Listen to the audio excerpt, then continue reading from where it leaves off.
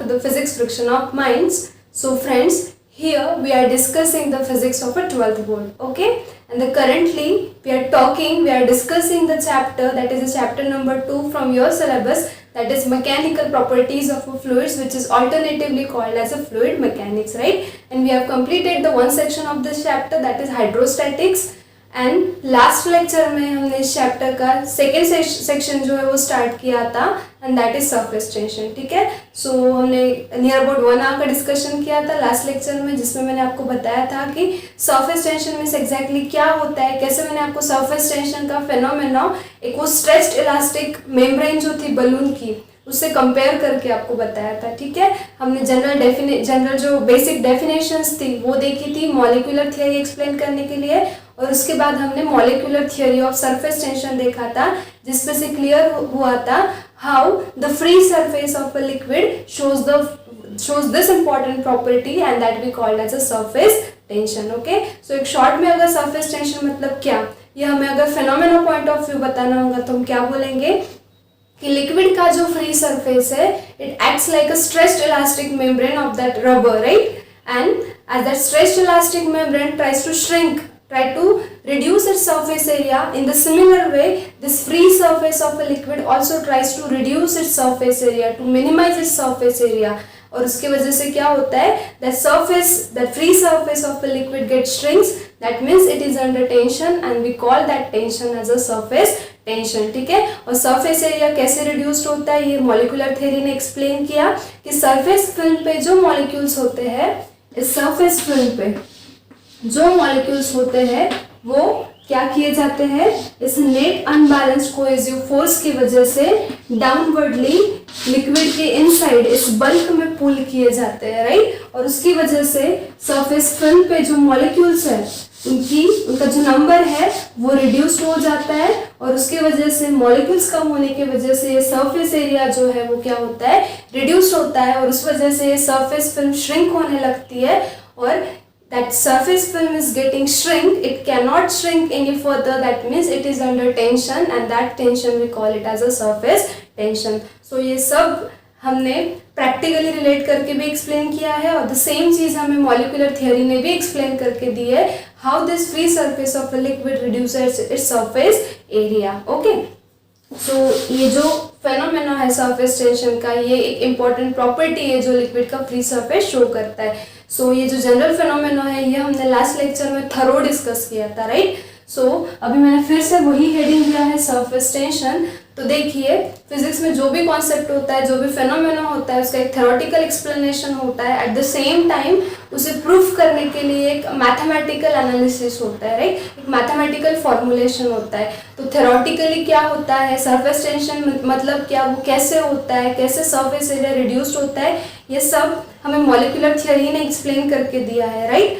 अभी surface tension का भी एक पर्टिकुलर डेफिनेशन होगी, उसका फॉर्मूला होगा, उसका यूनिट होगा. तो इस लेक्चर में हमें सरफेस टेंशन का क्या देखना है, मैथमेटिकल फॉर्मुलेशन. और जब हम सरफेस टेंशन को डिफाइन करेंगे तो mathematical formula point of view definition थोड़ी सी डिफरेंट होगी. ठीक है, तो अब हम इस लेक्चर में सरफेस टेंशन की डेफिनेशन, उसका फॉर्मूला, उसका ऐसा यूनिट डिस्कस करेंगे. ठीक है, सो देखिए, सपोज ये हमारे पास एक कंटेनर है.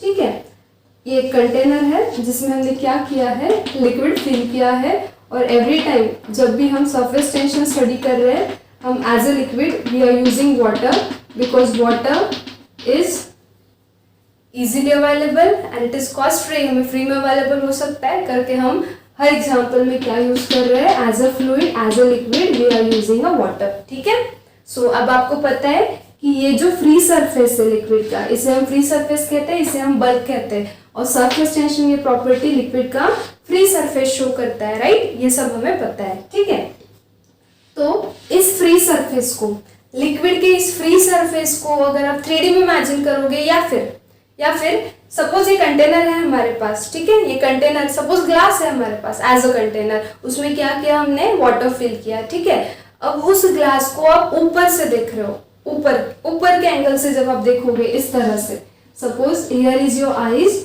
Okay, and you are watching this free surface of a liquid from this side. जब आप ऊपर के एंगल से लिक्विड के इस फ्री सरफेस को देखोगे तो वो फ्री सरफेस आपको कुछ इस तरह से दिखेगा। अग्री भाई, ग्लास तो ऐसी है ना, राइट, 3 डायमेंशन में। तो ऑब्वियसली ग्लास में जब आप वाटर फिल करोगे और उस ग्लास को जब आप ऊपर से देखोगे, उस फ्री सरफेस को जब आप ऊपर से देखोगे तो वो सरफेस कुछ इस तरह से रहेगा, ये सरफेस कुछ इस तरह से होता है, राइट।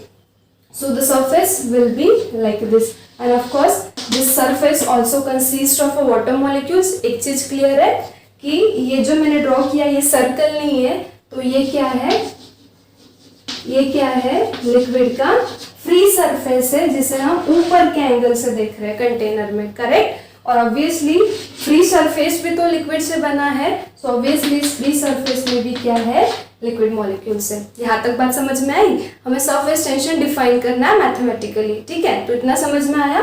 अब देखिए, अब हम क्या करेंगे कि हमारा जो फ्री सरफेस है ये वाला, ये कुछ इस तरह से है, ये कंटेनर है ना हमारे पास, ये कंटेनर है, उस कंटेनर में ये है लिक्विड का फ्री सरफेस, ठीक है। तो आपको क्या करना है, इस फ्री सरफेस पे एक इमेजिनरी लाइन ड्रॉ करनी है इस तरह से, ठीक है। सो क्या किया, ये जो फ्री सरफेस है, ये जो फ्री सरफेस है लिक्विड का, इस फ्री सरफेस पे टेंजेंशियली, टेंजेंशियली मीन्स व्हाट, अगर ये फ्री सरफेस है लिक्विड का, ये फ्री सरफेस है, तो इस पे से आपको एक इमेजिनरी लाइन ड्रॉ करनी है which is tangential to the free surface of the liquid, okay. So suppose I have drawn this line which is tangential to the free surface. This entire is a free surface of a liquid, जो कि हम ये angle से देख रहे हैं, ऊपर के एंगल से, ठीक है। इतना आप इमेजिन कर सकते हो, नहीं इमेजिन हो रहा होगा सो एक ग्लास लो, घर पे हो ग्लास लो, उसमें वाटर फिल करो और ऊपर से उसको देखो, तो जो ऊपर का फ्री सरफेस है लिक्विड का वो आपको कुछ इस तरह से दिखेगा, ठीक है। यहाँ पे भी लिक्विड मॉलिक्यूल्स है, ठीक है। तो क्या किया हमने, इस सरफेस पे टेंजेंशियली एक इमेजिनरी लाइन ड्रॉ की है इस तरह से, मतलब अगर ये हमारा सरफेस है तो इस पे से टेंजेंशियली हमने क्या की है, एक लाइन ड्रॉ की है, ठीक है। अब क्या होगा, अगर ये लाइन की लेंथ, अगर ये लाइन की लेंथ L है, लेंथ क्या है, L है, तो इस पे दोनों साइड से, इस पे दोनों साइड से क्या होगा, फोर्स एक्ट होगा which will be equal in magnitude and opposite in direction like this, F F F F F, ठीक है। सो क्या किया हमने, एक कंटेनर लिया, उसमें वाटर फिल किया, हमें सरफेस टेंशन स्टडी करना है, मतलब ऑब्वियसली हम किसकी बात करेंगे, उस वाटर के फ्री सरफेस की। तो उस फ्री सरफेस को जब हम ऊपर के एंगल से देखेंगे तो वो कुछ इस तरह से रहेगा।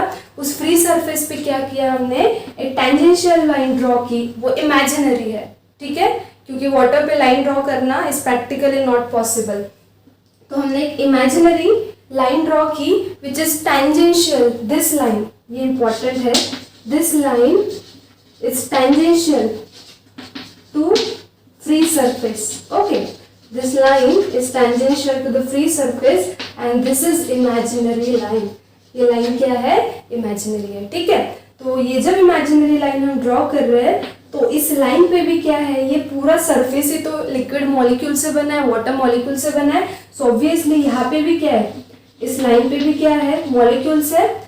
तो इस लाइन पे मतलब इस वाटर मॉलिक्यूल्स पे दोनों साइड से क्या होता है, equal and opposite force act होता है।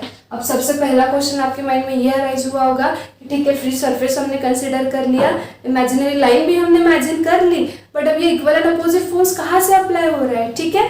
तो अब देखिए, सिंपल सा कॉन्सेप्ट है, जस्ट रिलेट कीजिए। सपोज ये क्या है, एक स्ट्रेच इलास्टिक मेम्ब्रेन है बलून की, जो हमने लास्ट लेक्चर में इमेजिन की थी कि हमारे पास एक रिंग है, रिंग के ऊपर क्या किया हमने, वो बलून जो मटेरियल से बनता है वो रबर स्ट्रेच करके उस पर कवर अप किया। तो सपोज ये बलून की स्ट्रेच इलास्टिक मेम्ब्रेन है, स्ट्रेच्ड है, ठीक है। अब क्या करो, आपको ये पता है the free surface of a liquid also acts like the stretched elastic membrane of a rubber. So अब हम क्या करेंगे, इस बलून के स्ट्रेच्ड इलास्टिक मेम्ब्रेन पे एक लाइन ड्रॉ करेंगे। अब इस पे तो हम लाइन ड्रॉ कर सकते हैं, अब ये नहीं हो रहा होगा इमेजिन, तो बलून लीजिए, बलून को स्ट्रेच कीजिए ठीक है, एक आधे रिंग पे उसको फिक्स कर दीजिए। अब वो जो बलून की स्ट्रेच्ड इलास्टिक मेम्ब्रेन है उसके ऊपर पेन से या फिर मार्कर से आप एक लाइन ड्रॉ कर सकते हो। तो हमने एक लाइन ड्रॉ कर दी। सो ये free surface just like a stretched elastic membrane, this imaginary line is just like this line. Okay, so अब क्या होगा, अब क्या करो, ब्लेड लो या फिर रेजर लो और उस रेजर से इस लाइन को कट कर दो। ठीक है, इस लाइन को कट कर दो। जब आप स्ट्रेच इलास्टिक मेम्ब्रेन पे एक लाइन ड्रॉ करके ब्लेड से उस लाइन को कट करोगे तो क्या वो लाइन वैसी ही रहेगी? इतना तो हमें भी पता है कि जैसे ही हम कट करेंगे उस लाइन को तो ये स्ट्रेच इलास्टिक मेम्ब्रेन कुछ इस तरह से हो जाएगी। मतलब ये जो लाइन है, ये जो लाइन है जो हमने ड्रॉ की थी वो देखो कुछ इस तरह से हो जाएगी। होता है ऐसा? होता है। क्यों हो रहा है ऐसा? क्योंकि यहाँ पे जो मॉलिक्यूल्स है, यहाँ पे जो मॉलिक्यूल्स है उन पे क्या हो रहा है, उन पे फोर्स एक्ट हो रहा है। एक फोर्स उन्हें इधर खींच रहा है, एट द सेम टाइम एक फोर्स इधर खींच रहा है। ठीक है, यहाँ पे भी मॉलिक्यूल है, ये नेबरिंग मॉलिक्यूल क्या करेगा, इस मॉलिक्यूल को इधर खींचेगा, उसके बाजू में और एक मॉलिक्यूल है वो फिर से इसको इधर खींचेगा और ये मॉलिक्यूल इधर खींचा जाएगा, ये मॉलिक्यूल इधर खींचा जाएगा। अब दोनों साइड से इक्वल एंड अपोजिट फोर्स इस पे एक्ट हो रहा है करके ये जो स्ट्रेट लाइन थी कट करने के बाद कुछ इस तरह से ऐसी हो जाती है। करेक्ट है ना? तो ये तो होता है, ये रियल लाइफ में होता है, ये हमें पता है। अब हर चीज अगर हम रिलेट कर रहे हैं, ये स्ट्रेच इलास्टिक मेम्ब्रेन मतलब हमारा फ्री सरफेस है, ये जो लाइन हमने ड्रॉ की ये मतलब हमारी इमेजिनरी लाइन है। अब इस लाइन पे ये फोर्स एक्ट होता है, हमें पता है, तभी ये लाइन जो है कुछ इस तरह से बनती है। So obviously just like this line, इस इमेजिनरी लाइन पे भी क्या होगा, दोनों साइड से, on both sides force act होगा which will be equal in magnitude and opposite in direction। इतना क्लियर है? क्यों होगा? क्योंकि ये जो फ्री सरफेस है ये भी तो लिक्विड से बना है। यहाँ पे हर पॉइंट पे लिक्विड मॉलिक्यूल्स है, तो क्या होगा, हर दो लिक्विड मॉलिक्यूल मतलब सेम मॉलिक्यूल है, इनके बीच में क्या रहेगा, कोहेसिव फोर्स ऑफ अट्रैक्शन की वजह से ये नेबरिंग मॉलिक्यूल इसे इधर खींचेगा, इधर का मॉलिक्यूल इधर खींचेगा। यहाँ पे भी मॉलिक्यूल है, यहाँ पे भी लिक्विड मॉलिक्यूल है, ये मॉलिक्यूल इस पे कोहेसिव फोर्स ऑफ अट्रैक्शन लगाएगा इस डायरेक्शन में, ये मॉलिक्यूल इस पे कोहेसिव फोर्स ऑफ अट्रैक्शन लगाएगा इस डायरेक्शन में। अंडरस्टूड? मतलब क्या, जो इमेजिनरी लाइन हमने ड्रॉ की इस लिक्विड के फ्री सरफेस पे और वो इमेजिनरी लाइन इस फ्री सरफेस को कैसी है, टेंजेंशियल है। तो क्या हो रहा है कि इस लाइन के दोनों साइड्स में क्या हो रहा है, फोर्स एक्ट हो रहा है। अब ये बोल सकते हो कि ये जो फोर्स एक्ट हो रहा है ये फोर्स लेंथ को प्रोपोर्शनल है। अब ये चीज डाइजेस्ट हो रही है? नहीं डाइजेस्ट हो रही होंगी तो इसे भी क्लियर कर देते हैं। देखो ये लाइन इतनी है तो इतना अमाउंट ऑफ फोर्स एक्ट हो रहा है। अगर सरफेस बड़ा है, सपोज इस टाइप का कुछ सरफेस है और अगर मैंने लाइन बढ़ा दी कुछ इस तरह से, तो अब क्या होगा, यहाँ पे भी फोर्स एक्ट होगा, यहाँ पे भी मॉलिक्यूल है, इस पे भी फोर्स एक्ट होगा, इस पे भी फोर्स एक्ट होगा, इधर भी फोर्स एक्ट होगा, लाइक। तो अब क्या हो गया, जैसे ही लाइन की लेंथ बढ़ गई, जैसे ही लेंथ बढ़ गई लाइन की, वैसे ही क्या हुआ, फोर्स का मैग्नीट्यूड भी बढ़ गया। मतलब हमारा जो फोर्स है जो इस लाइन पे, जो इस इमेजिनरी लाइन पे टेंजेंशियली एक्ट हो रहा है, ठीक है, तो ये जो फोर्स है इस इमेजिनरी लाइन पे परपेंडिकुलरली एक्ट हो रहा है और इस फ्री सरफेस को भी ये फोर्स कैसा है, टेंजेंशियल है। ये दो चीजें आप ध्यान में रखो, ये बहुत इंपॉर्टेंट है। ये जो फ्री सरफेस है इसको ये इमेजिनरी लाइन टेंजेंशियल है और इस इमेजिनरी लाइन पे ये जो फोर्स एक्ट हो रहा है ये परपेंडिकुलर है। देखो ये लाइन और ये जो फोर्स एक्ट हो रहा है ये कैसा है, इस लाइन को, ऑब्वियसली इस लाइन को ये फोर्स कैसा है, इस लाइन को ये फोर्स परपेंडिकुलर है और एट द सेम टाइम ये जो फोर्स एक्ट हो रहा है ये फोर्स क्या है, फ्री सरफेस को भी टेंजेंशियल है। तो तीन चीजें आपको ध्यान में रखनी है, फ्री सरफेस को इमेजिनरी लाइन टेंजेंशियल है, ठीक है, और ये लाइन पे जो ये फोर्स एक्ट हो रहा है ये फोर्स लाइन को परपेंडिकुलर है, एट द सेम टाइम ये फोर्स लिक्विड के फ्री सरफेस को कैसा है, टेंजेंशियल है। मतलब यहाँ पे क्या हो रहा है कि tangential force is acting on this imaginary line, okay, which is drawn on the free surface of a liquid and this force is proportional to the length of this imaginary line। जितनी line बड़ी उतना force ज्यादा। ये चीज clear है? तो अब देखो क्या होगा, यहाँ पे प्रोपोर्शनैलिटी साइन है, इसे हम क्या करते हैं कांस्टेंट से रिप्लेस करते हैं। अब यहाँ पे सपोज हमने कांस्टेंट ऐड कर दिया t, ठीक है। अब ये t क्या है, तो t ही तो टेंशन है, और which tension, surface tension. So surface tension t equals to क्या हो गया, t अगर हम इधर रखें तो l को इधर भेज दो, ये क्या हो जाएगा F/L, और ये है हमारा सरफेस टेंशन का फॉर्मूला, जिसे हम सिंबॉलिकली कैपिटल T से रिप्रेजेंट करते हैं, समझा। सो अब इसको डिफाइन कैसे करेंगे, तो मैंने पहले ही कहा था डेफिनेशन थोड़ी सी डिफरेंट है कॉन्सेप्ट से। कॉन्सेप्ट आपको पता है, बहुत डिटेल एक्सप्लेन किया है। अब ये चीज़ें भी आपको आई होप क्लियर हुई होगी, क्योंकि हर एक चीज़ मैंने बहुत डिटेल, बहुत डीपली बताई है आपको, ठीक है।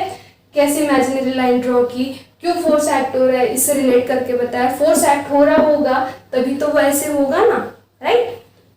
तो अब आप बोलोगे कि यहाँ पे जो फोर्स है वो तो इक्वल एंड अपोजिट है। अगर फोर्स इक्वल एंड अपोजिट है तो ये दोनों फोर्स बैलेंस्ड हो जाएगी, ये दोनों फोर्स, हर फोर्स अगर बैलेंस्ड हो रहा है तो इसका नेट इफेक्ट तो जीरो हो गया। तो फिर फॉर्मूले में अगर फोर्स नेट इफेक्ट जीरो है, फोर्स का मतलब फोर्स इज जीरो है, तो हमने फोर्स क्यों लिया, ये भी क्वेश्चन है। ये क्वेश्चन एक्चुअली आपको अराइज होना चाहिए, ठीक है, बट किसी को होगा नहीं होगा मैं नहीं बता दिया, ठीक है। तो फॉर्मूले में क्या है, आपको कोई भी एक साइड का फोर्स कंसीडर करना है, एक तो इधर का करो या फिर इधर का करो, ठीक है, क्योंकि दोनों साइड के फोर्सेस अगर कंसीडर करोगे तो उसका नेट इफेक्ट कितना हो जाएगा, जीरो। ओके, सो ये है हमारा फॉर्मूला ऑफ सरफेस टेंशन। अब देखो मैकेनिक्स में हम टेंशन में ये जब यूज करते हैं तो टेंशन को हम फोर्स मानते हैं, टेंसाइल फोर्स, और उसका हम यूनिट जो है वो न्यूटन में एक्सप्रेस करते हैं, राइट। सो इसका मतलब ये नहीं है कि सरफेस टेंशन को भी आप न्यूटन में एक्सप्रेस करोगे। सब कुछ यहाँ पे एक्सप्लेन करके फाइनली ये फॉर्मूला हमें मिला, जिसमें ये जो प्रोपोर्शनैलिटी कांस्टेंट था T, उसे ही हम सरफेस टेंशन कहते हैं, जिसका फॉर्मूला आया फोर्स पर unit length. Okay, so obviously इसका यूनिट क्या हो जाएगा, न्यूटन पर मीटर। सो गलती से भी टेंशन देख के, यहाँ टेंशन देख के यूनिट न्यूटन नहीं लिखना, सरफेस टेंशन का यूनिट है न्यूटन पर मीटर। अंडरस्टूड। तो ये तो मिल गया हमें फॉर्मूला। अब इस फॉर्मूले से हम सरफेस टेंशन को कैसे डिफाइन करेंगे, तो क्या हो रहा है, ये फोर्स है, ये वाला फोर्स, ये फोर्स कैसा है, टेंजेंशियल है फ्री सरफेस को पहले ही बताया। सो टेंजेंशियल फोर्स एक्टिंग, ये फोर्स किस पे एक्ट हो रहा है, इस लाइन पे, मतलब इस लेंथ पे।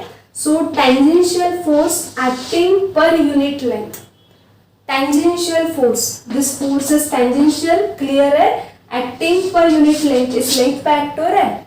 So tangential force acting per unit length on both sides, on both sides on an imaginary line, on this imaginary line which is drawn on the free surface of a liquid is called as a surface tension।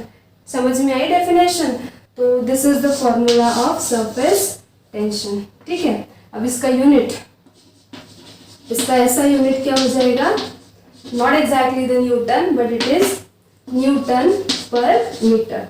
CGS unit क्या हो जाएगा, CGS unit will be dyne per centimetre, ठीक है। कि textbook में use your brain power में ऐसा पूछा है, प्रूव दैट सरफेस टेंशन का एक और ऐसा यूनिट, और सिंपली यूनिट जो है वो हम लिख सकते हैं joule per metre square. So prove that the alternative unit of surface tension is joule per metre square. तो ये अगर प्रूफ करना होगा 1 मार्क के लिए आपको आ सकता है एग्जाम में, कैसे प्रूफ करोगे, क्या है फॉर्मूला सरफेस टेंशन का, T इक्वल्स टू F/L। इसे इक्वेशन नंबर 1 दे दो। यहाँ पे फोर्स का हमें वर्क का फॉर्मूला पता है, वर्क को हम कैसे लिखते हैं, फोर्स इनटू डिस्प्लेसमेंट, इसमें से फोर्स कितना हो जाएगा, वर्क अपॉन डिस्प्लेसमेंट, इसे इक्वेशन 2 कह दो, ठीक है। अब इक्वेशन 1 में फोर्स की वैल्यू है, ये फोर्स की जगह पे आप वर्क अपॉन डिस्प्लेसमेंट पुट कर दो। सो 1 इम्प्लाइज, यहाँ पे लिख रही हूँ मैं, इक्वेशन 1 इम्प्लाइज क्या हो जाएगा 1 बताओ। F की वैल्यू कितनी पुट करेंगे हम, W upon S, where W is a work done, S is a displacement, और ये L एज इट इज। अब इसमें यूनिट पुट कर दो, W मीन्स वर्क, वर्क का यूनिट क्या है जूल, अपॉन एस मतलब डिस्प्लेसमेंट, डिस्प्लेसमेंट का यूनिट है मीटर, एल मतलब लेंथ, लेंथ का यूनिट है मीटर, मीटर इंटू मीटर कितना हो जाएगा metre square. So this is one more alternative unit of a surface tension that is joule per metre square. Okay, तो ये भी यूनिट आपको ध्यान में रखना है।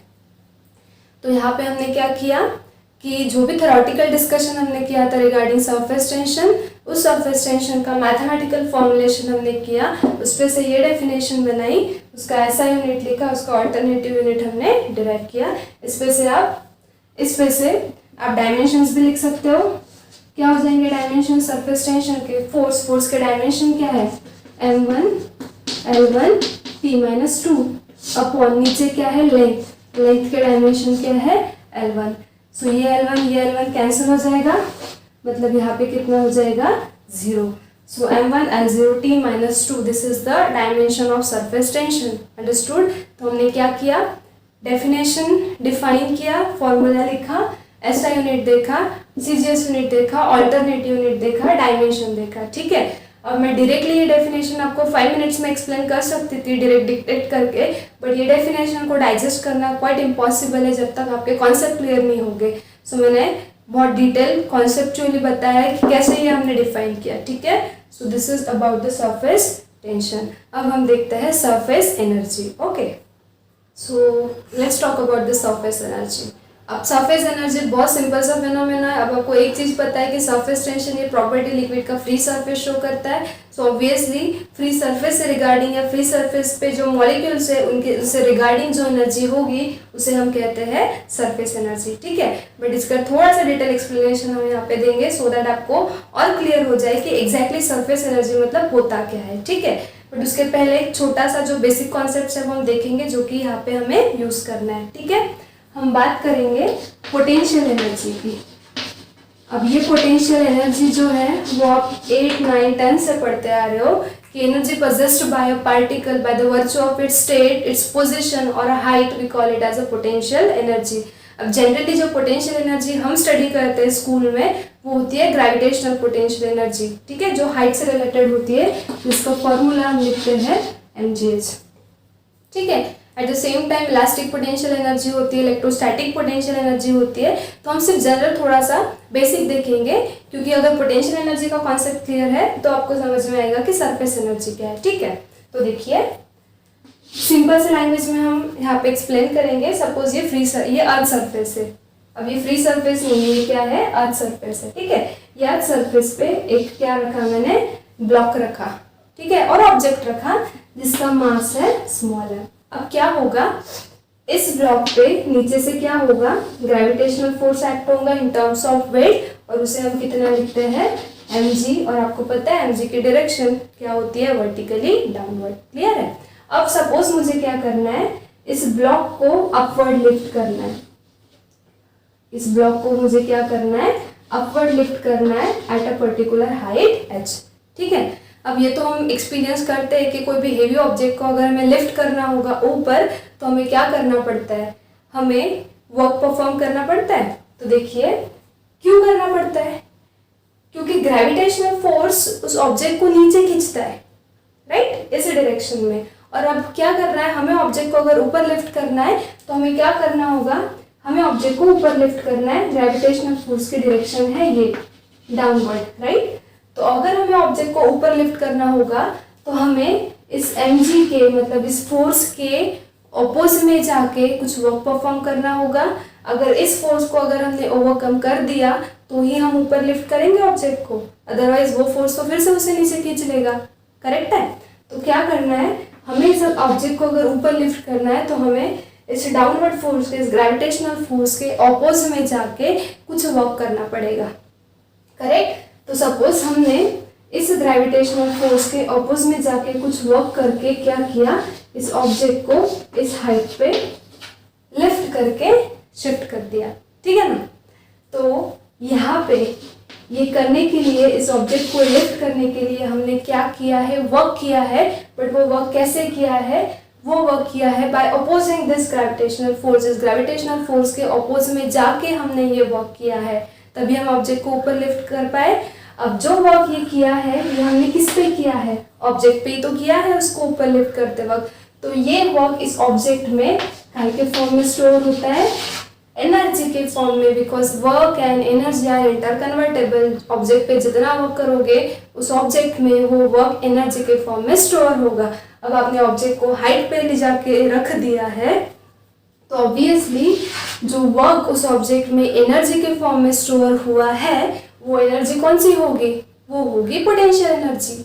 सो इस तरह से कोई भी ऑब्जेक्ट पोटेंशियल एनर्जी पजेस करता है। समझ गया पोटेंशियल एनर्जी का concept. So whatever work we do on an object against this gravitational force, that work is stored in the object in terms of energy and that energy is called as a potential energy। ये concept आपको यहाँ पे use करना है। सो I hope आपको ये potential energy का concept समझ में आ चुका है। ठीक है, अभी हमें देखना है कि सरफेस एनर्जी मतलब क्या होता है। तो मॉलिक्यूलर थ्योरी हमने देखी। मॉलिक्यूलर थ्योरी में हमने क्या देखा कि एक कंटेनर हमने लिया था। ठीक है, ये कंटेनर में हमने कुछ इस तरह से लिक्विड फिल किया था, फिर से हम वाटर फिल करेंगे क्योंकि वाटर जो है वो हमें इजीली अवेलेबल है। ठीक है, ये भर दिया वाटर।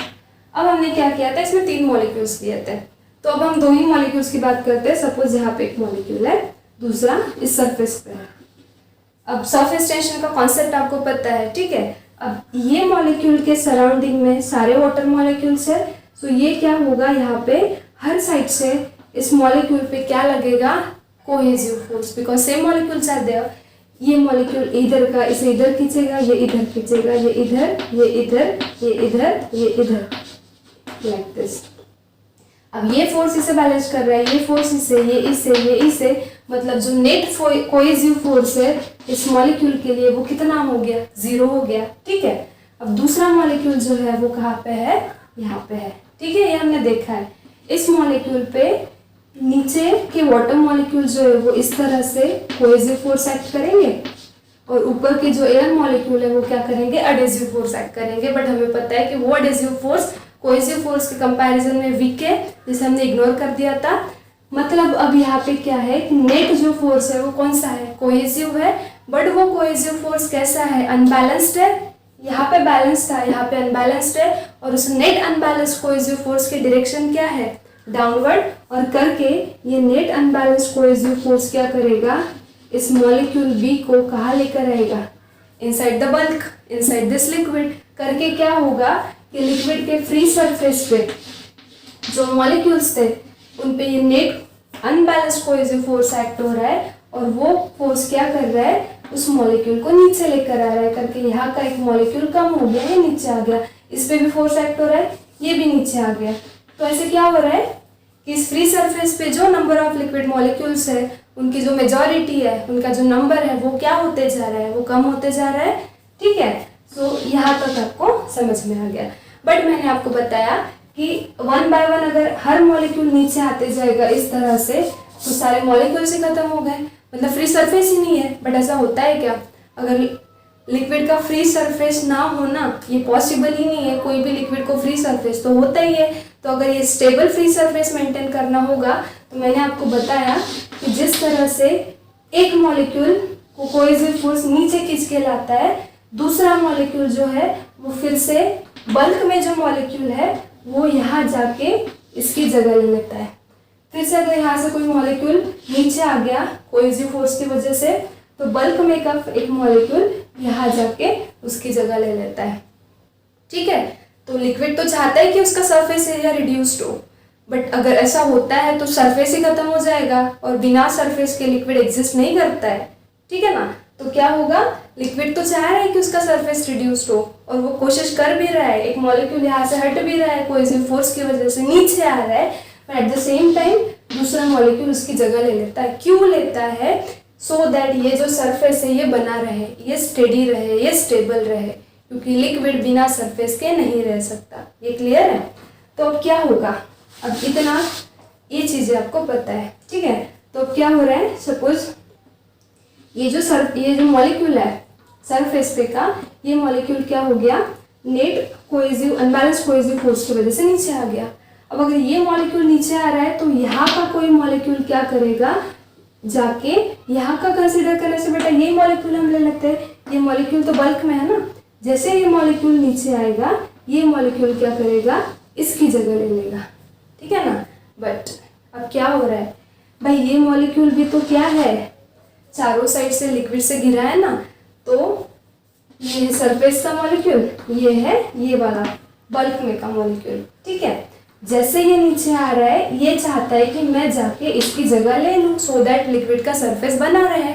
बट ये नीचे आते से ये ऊपर तो जाएगा, बट इसके लिए ऊपर जाना इतना आसान नहीं है। क्यों नहीं है, क्योंकि ये मॉलिक्यूल चारों साइड से किससे घिरा है, लिक्विड से घिरा है। और यहाँ पे मॉलिक्यूल, यहाँ पे मॉलिक्यूल, ये मॉलिक्यूल क्या चाहेंगे, ये इसको इधर खींचेगा, ये इसको इधर खींचेगा, ये इसको इधर खींचेगा, क्योंकि इनके बीच में क्या है, इनके बीच में कोहेसिव फोर्स ऑफ अट्रैक्शन है। और करके ये मॉलिक्यूल इतने इजीली यहाँ तो नहीं जाएगा, क्योंकि उसके सराउंडिंग के हर लिक्विड मॉलिक्यूल उससे अपनी तरफ खींचना चाहते हैं कोहेसिव फोर्स ऑफ अट्रैक्शन की वजह से। बट भाई सरफेस अगर मेंटेन करना है तो इसे तो यहाँ जाना ही होगा, तो अब क्या करें।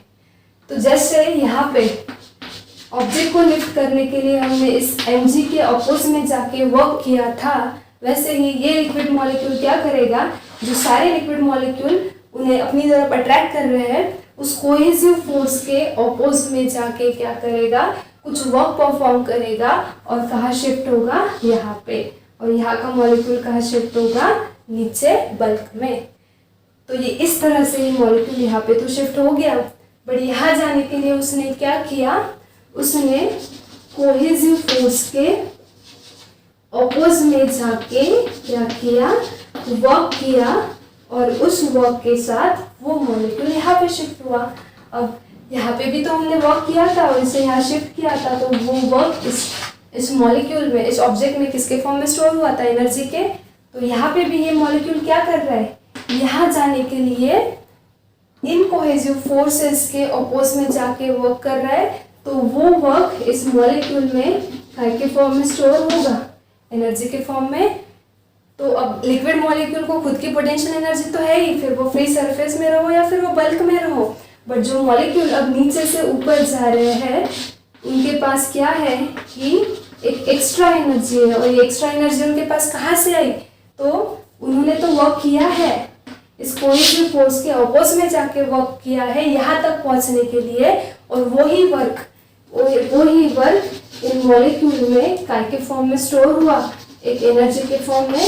मतलब अब जो भी मॉलिक्यूल इन लिक्विड सरफेस पे है, उनके पास क्या है, एक एक्स्ट्रा एनर्जी है, और उसी एक्स्ट्रा एनर्जी को हम कहते हैं सरफेस एनर्जी। भाई एनर्जी है तो एनर्जी ही बोला, बट सरफेस क्यों बोला, क्योंकि बल्क में से जब ये सरफेस पे गए कुछ इस तरह से, ये नीचे आ रहे हैं कोहेसिव फोर्स की वजह से। अब ये उसी कोहेसिव फोर्स को अपोज करके कुछ वर्क परफॉर्म करके ऊपर जा रहे हैं। वो वर्क इन ऑब्जेक्ट में और इन मॉलिक्यूल में काय के फॉर्म में स्टोर हो रहा है, एक एनर्जी के फॉर्म में। तो इस सरफेस पे जितने भी मॉलिक्यूल्स आए, इस नीचे से ऊपर आए, उनके पास एक एक्स्ट्रा एनर्जी है, और उसी एक्स्ट्रा एनर्जी को हम कहते हैं surface energy. Understood the concept of surface energy. So energy है तो एनर्जी। सरफेस क्यों, क्योंकि जब वो नीचे से ऊपर सरफेस पे आए, उन्होंने कोहेसिव फोर्स के अपोज में जाके वर्क किया, कोहेसिव फोर्स उन्हें नीचे खींचेगा, ये ऊपर जाना चाहते हैं। ऑब्वियसली इस फोर्स के अपोज में जाके वर्क किया और यहाँ पे शिफ्ट हो गए सरफेस पे। जब वो सरफेस पे शिफ्ट हो गए, वो वर्क इनके पास एनर्जी के फॉर्म में स्टोर हो गया। मतलब जो भी मॉलिक्यूल सरफेस पे है, उनके पास एक्स्ट्रा एनर्जी है, और उसी एक्स्ट्रा एनर्जी को कहा जाता है surface energy. So I just hope आपको सरफेस एनर्जी का जो कॉन्सेप्ट है वो समझ में आ चुका है। तो डिफाइन कैसे करोगे, फिर डेफिनेशन तो 2 लाइन की ही है, बट ये 2 लाइन के डेफिनेशन के लिए 20 मिनट्स का एक्सप्लेनेशन नीडेड है, क्योंकि हम यहाँ पे सिलेबस नहीं, हम यहाँ पे सब्जेक्ट डिस्कस कर रहे हैं। एग्जाम में डेफिनेशन आएंगे 1 मार्क के लिए, 2 लाइन रट सकते हो, बट रटी हुई डेफिनेशन आपको याद नहीं आएगी। ये सब अगर आपके दिमाग में आ चुका है तो आप इजीली नींद में भी इसको डिफाइन कर सकते हो। तो कैसे डिफाइन करोगे, एक्स्ट्रा एनर्जी possessed, किसके पास है extra energy, possessed by molecules on free surface liquid is called surface energy. Okay, so this is a simple definition of surface energy. surface tension का कॉन्सेप्ट आपको पता है, और एक जो चीज़ है जो कि ट्रुथ है वो आप ध्यान में रखो कि अब मॉलिक्यूल्स यहाँ पे आके लिक्विड का जो स्टेडी सरफेस है उसे मेंटेन कर रहे हैं, सरफेस को मेंटेन कर रहे हैं, बट सरफेस में से क्या चाहता है, सरफेस स्ट्रेच इलास्टिक मेम्ब्रेन की तरह एक्ट होता है, वो फिर से अपना सरफेस एरिया रिड्यूस करना चाहता है, फिर से वो मॉलिक्यूल्स को नीचे भेजेगा, फिर से मॉलिक्यूल सरफेस मेंटेन करने के लिए ऊपर आएंगे, फिर से यहाँ पे सरफेस एरिया बढ़ेगा, फिर से सरफेस पे टेंशन आएगा, फिर से ये चाहेगा कि मेरा सरफेस कम हो जाए करके फिर से कोएसिव फोर्स ने नीचे खींचेगा। जैसे मॉलिक्यूल कम हो गए, लिक्विड का सरफेस जो बैलेंस था वो इम्बैलेंस्ड होगा, फिर से यहाँ से मॉलिक्यूल ऊपर जाएंगे, और ये प्रोसेस कंटिन्यूअसली होते रहती है। ठीक है, तो इस तरह से लिक्विड के फ्री सरफेस पे एक परमानेंट टेंशन होता है जिसे हम कहते हैं सरफेस टेंशन। और एक और चीज आप ध्यान में रखिए, कोई भी सिस्टम चाहती है कि वो मिनिमम पोटेंशियल एनर्जी पे रहे। देखिए ना, सिंपल एग्जांपल हम लेंगे। सपोज यहाँ पे एक स्लोप है, ठीक है, यहाँ पे ऐसा इस तरह से स्लोप है, इस तरह से कुछ स्लोप है। अगर आपने यहाँ पे बॉल रखा, ठीक है ना, तो बॉल तो भाई इतने हाइट पे है, तो इस बॉल के पास तो क्या होगा, मैक्सिमम पोटेंशियल एनर्जी रहेगी। ठीक है ना, अब इसके पास दो ही पॉसिबिलिटी है, एक तो ये ऊपर जाके खुद से ऊपर जाके और पोटेंशियल एनर्जी गेन करे, या फिर नीचे आके पोटेंशियल एनर्जी लूज कर दे। तो होता क्या है, आप ही बताओ, जब आप स्लोप पे से इस बॉल को रिलीज करोगे तो वो तो नीचे आएगा ना, नीचे आ रहा है मतलब उसकी हाइट कम होते जा रही है, यहाँ पे आ जाएगा तो उसकी पोटेंशियल एनर्जी जो है वो कितनी हो जाएगी, 0 हो जाएगी। ये नॉर्मल केस है, सबको पता है। सो हर सिस्टम इस यूनिवर्स में की हर सिस्टम यही चाहती है कि मैं मिनिमम पोटेंशियल एनर्जी में रहूँ। Okay, so every system tries to maintain itself with a minimum potential energy. Best example मैंने दिया है कि इसके पास मैक्सिमम हो के भी ये तो नीचे आ रहा है, क्यों, क्योंकि ये चाहता है कि मेरी पोटेंशियल एनर्जी कैसी रहे, मिनिमम रहे। अब यहाँ पे भी क्या है, जो मॉलिक्यूल्स बल्क से ऊपर गए उनके पास एक्स्ट्रा एनर्जी थी जिसे हमने कहा सरफेस एनर्जी। तो अब यहाँ पे क्या हो जाएगी, सरफेस पे जो है वो पोटेंशियल एनर्जी बहुत ज़्यादा हो जाएगी। बट जैसे हर सिस्टम चाहती है कि वो मिनिमम पोटेंशियल एनर्जी पे भी रहे, एनर्जी पे रहे, वैसे ही ये सरफेस भी क्या चाहेगा कि, या फिर ये सरफेस के मॉलिक्यूल्स भी क्या चाहेंगे कि मैं मिनिमम पोटेंशियल एनर्जी पे रहूँ। अब अगर यहाँ पे 1 2 3 4 5 मॉलिक्यूल है, सपोज हर मॉलिक्यूल की एनर्जी 1 जूल है, मतलब टोटल एनर्जी कितनी होगी सरफेस पे, 5 जूल।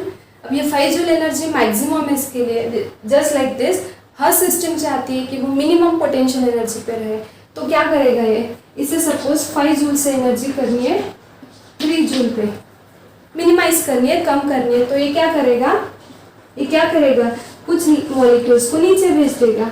अगर ये कुछ मॉलिक्यूल को नीचे भेज देगा तो यहाँ पे 3 मॉलिक्यूल है, मतलब पोटेंशियल एनर्जी कम हो गई, कितनी हो गई, 3 जूल। मतलब देखो ना, मॉलिक्यूल 5 के 3 हो गए, सरफेस एरिया क्या हो गया, रिड्यूस्ड हो गया। तो इसी को तो हम कहते हैं surface tension, that every surface tries to minimise its surface area and that is called as a surface tension. तो ये भी एक पॉइंट ऑफ व्यू है सरफेस टेंशन का, कि आप पोटेंशियल एनर्जी का कॉन्सेप्ट लेके भी सरफेस टेंशन को एक्सप्लेन कर सकते हो। अगर मॉलिक्यूलर थ्योरी आपको डाइजेस्ट हो रही है तो बहुत अच्छी बात है, नहीं हो रही है तो एक ये भी यूनिवर्सल ट्रुथ है, तो इसको लेके भी आप सरफेस टेंशन एक्सप्लेन कर सकते हो कि हर सिस्टम मिनिमम पोटेंशियल एनर्जी पे रहना चाहती है करके क्या करेगी, वो कुछ मॉलिक्यूल्स को नीचे भेज देगी। मॉलिक्यूल नीचे चले गए, सरफेस एरिया रिड्यूस्ड हो गया, सरफेस फिल्म श्रिंक हो गई। सरफेस फिल्म श्रिंक हो रही है मतलब अंडर टेंशन है, उसी टेंशन को कहते हैं सरफेस टेंशन। अंडरस्टूड?